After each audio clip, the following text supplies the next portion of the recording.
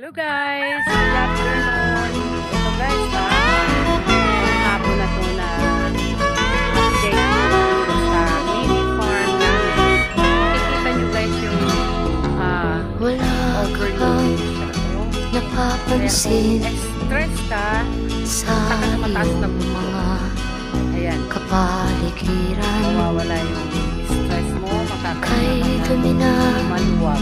ng hangin, Kaya ito yung the best na pati na ang nagustuhan mga dito sa lugar na ilog to. natin. Ayan guys, paikot siya. Hindi na masamang pag-unlad at malayo-layo na rin ang ating narating. So ito na Ngunit masdan mo ang tubig sa dagat, dati kulay asul, ngayon'y naging itim. tanggal kami ng mga basura, mamaya susunugin namin. Ayan.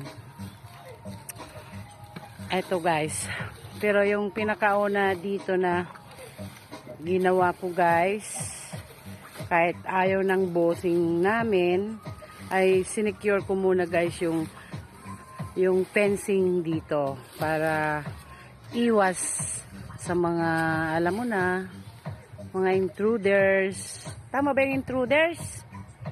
Sa mga trespassing guys.